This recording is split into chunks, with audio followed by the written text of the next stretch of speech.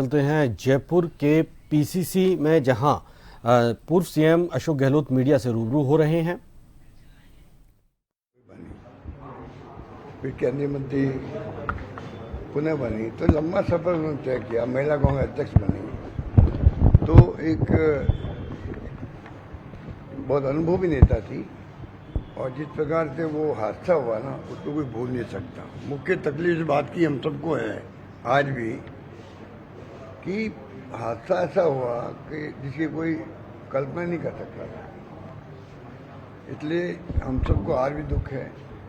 हम तो श्रद्धांजलि अर्पित करते हैं और उनके परिवार वाले बहुत ही सेवा की उन्होंने। मैं खुद गया वहाँ अहमदाबाद के अस्पताल में, पूरा परिवार वहाँ रात भर बैठते थे वहाँ पे लगातार, आखिर में बच नहीं पाए।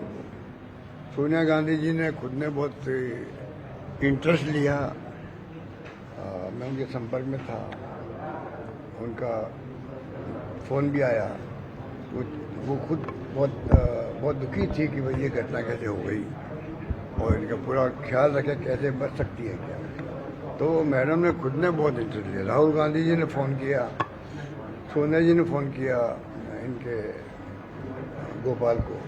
तो पूरा गांधी परिवार भी जो है चिंतित रहा इनके लिए। और ये गांधी परिवार की खूबी भी है, जो लोग बोलते हैं, आलोचना करते हैं, वो ऐसे लोग हैं जिनको कोई उनकी संवेदनहीनता वो लोग रखते हैं।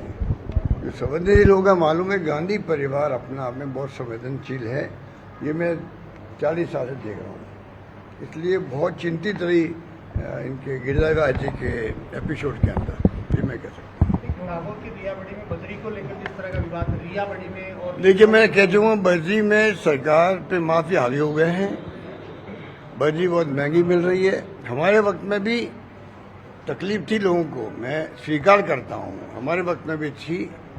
पर हमने पूरा रोकने की कोशिश करी। पुलिस प्रशासन को, जिला प्रशासन को पाबंद किया। पर ये इतना बड़ा नेक्सस बन गया ये कि नीचे से ऊपर तक ऐसा सिस्टम बना दिया अब इन लोगों ने कि कितने लोग कुचल के मारे जा रहे हैं, पुलिस पे हमले हो रहे हैं।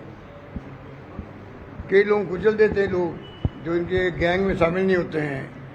इतनी घटनाएं हो रही है, उसके ऊपर रोक नहीं लग रही। इस बात का दुख है और इसलिए ये बढ़ता ही जा रहा है और लोग लूट मचा लगी इन लोगों ने। ये स्थिति है। और मुख्यमंत्री को मैं कहना चाहूंगा, आप ये ध्यान क्यों नहीं दे पा रहे हो? भाई घूमना अच्छी बात है, अगर दौरे करते हैं मैं उसको बुरा नहीं मानता, कितने दौरे करो। तो दौरे करने के साथ साथ में गवर्नेंस भी तो करो, शासन भी तो करो भाई। और जो बर्निंग प्रॉब्लम आपकी है, बर्निंग प्रॉब्लम जैसे कानून व्यवस्था की स्थिति होती है, घटनाएं रेप की हो रही है, डकैती की हो रही है, चोरी हो रही है, रोज हो रही है, ये प्रायोरिटी में होना चाहिए उनके। बजरी अपना आप में प्रायोरिटी में होनी चाहिए, क्योंकि बजरी से बेचारा एक मध्यम क्लास का व्यक्ति भी वो मकान बनाना छोटा मोटा बनाता, उसको बजरी इतनी महंगी मिलती है तो बेचारा क्या मकान बनाएगा।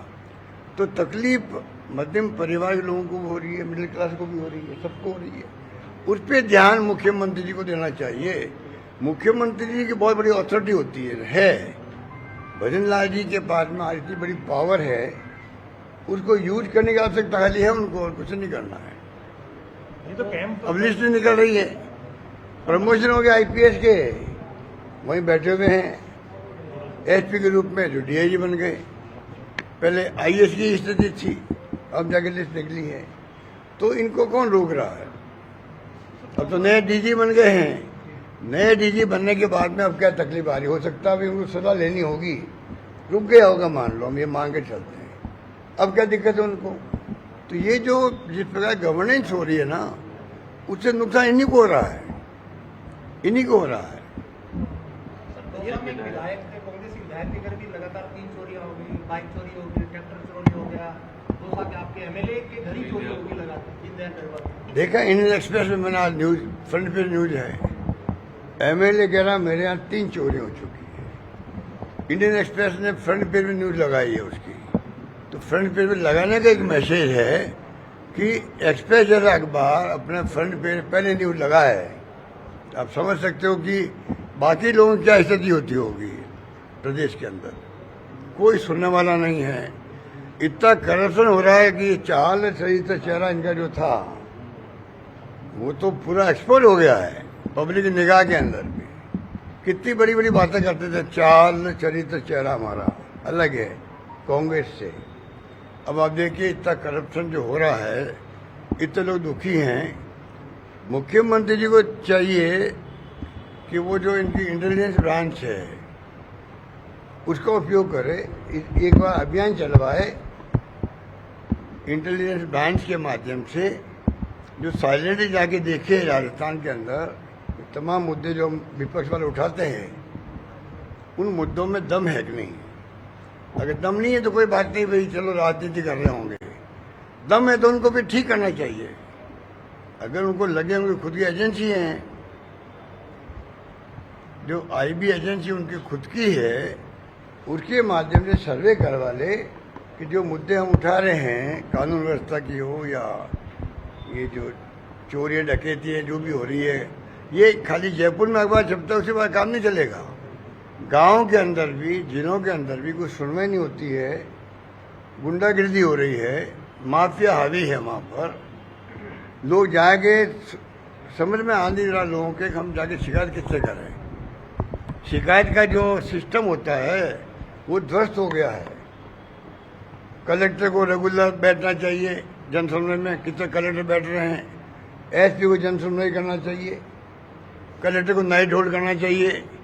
मैं ये दावा नहीं करता कि मेरे वक्त में सब कुछ ठीक ही होगा, हो सकता वहाँ भी कमी रही होगी, तो वो तो कमी रह गई। सरकार अब आपकी है, हम आपसे सवाल करेंगे भाई आपके वक्त में देखिए कितने कलेक्टर दौरे करते गाँव के, कहाँ नाइट होल्ड कर रहे हैं, कहाँ पर आपके एसपी जो है वो जनसुनवाई कर रहे हैं, और जाके कोई शिकायत कहाँ करे, थाने में करे, डीवाईएसपी को करते हैं, एसपी को करते हैं, वो सुनवाई हो रही है क्या वहाँ पर उनकी। ये तमाम इनको खुद को इनकी आईबी जो है उनको देना चाहिए काम, कम से कम वो 15 दिन में आपको लाके दे देगी रिपोर्ट। उससे आप एक्शन करना शुरू कर दो, जनता का भला होगा।